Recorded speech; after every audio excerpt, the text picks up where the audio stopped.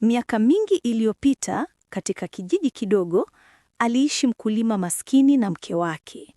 Walifanya kazi kwa bidii kila siku shambani, lakini maisha yalikuwa magumu. Hawakuwa na watoto na mioyo yao ilikuwa imejaa huzuni. Usiku mmoja wa dhoruba, mkulima alikuwa akitembea karibu na shamba lake aliposikia mtoto akilia.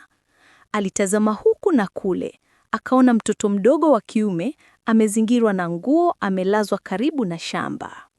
Mkulima alimuinua na kumpeleka nyumbani. Mke wake alishangaa, lakini pia alifurahi. Labda huyu mtoto ametumwa kwetu, akasema huku machozi yakimtoka. Kuanzia siku hiyo, walimlea kama mwana wao. Yule mtoto alikuwa na akawa mvulana mwenye nguvu na mwenye upole. Aliwasaidia wazazi wake shambani, kulima, kupanda mbegu na kubeba maji. Tofauti na wengine waliolalamika, yeye alifanya kazi kimya kimya na kwa uvumilivu. Polepole, mazao ya shamba lake yalianza kukua vizuri kuliko ya mtu yeyote. Nafaka zilikuwa kubwa na mavuno yalikuwa mengi, lakini wanakijiji hawakufurahia. Walianza kuwa na wivu.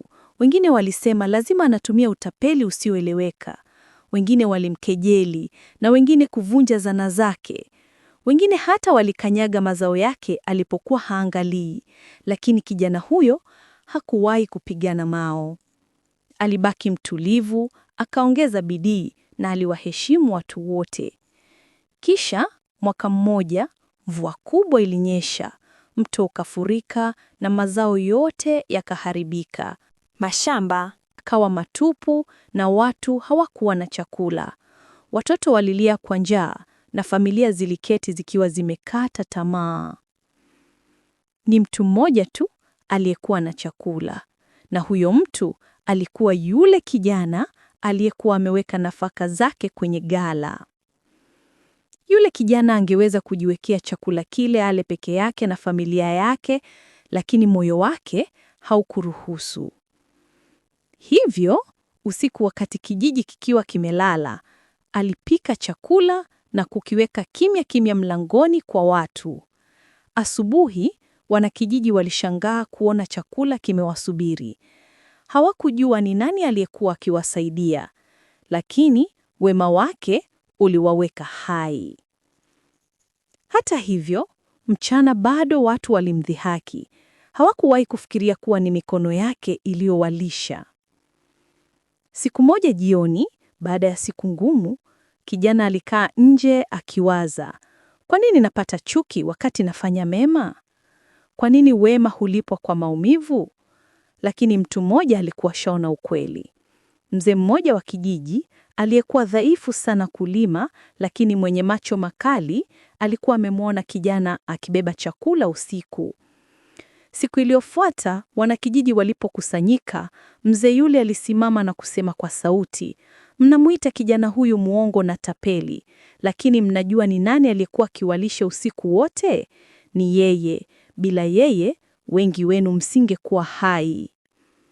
Wote walinyamaza, aibu ikawajaza mioyo. Kwa mara ya kwanza, walimtazama kijana yule, roho zao zimejaa majuto badala ya wivu.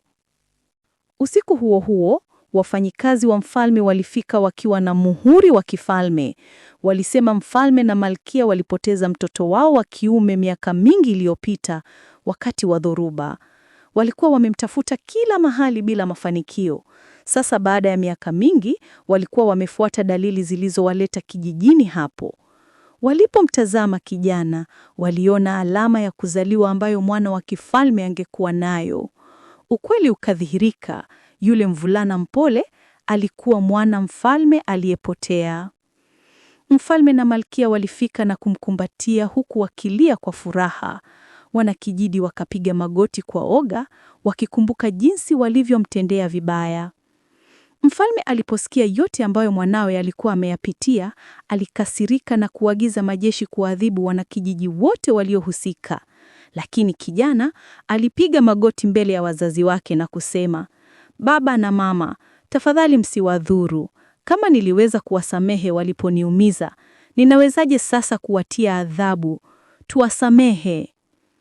Mfalme na malkia waliguswa. Wanakijiji walilia walipouona wema wa mwana mfalme. Kuanzia siku hiyo, hakuonekana tu kama mrithi wa kiti cha enzi, bali pia kama mwanamfalme wa rehema.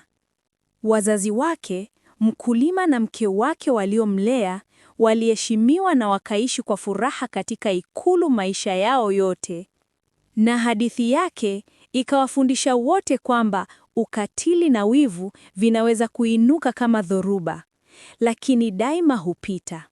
Kinachobaki ni wema, unaoacha nuru, tumaini na upendo.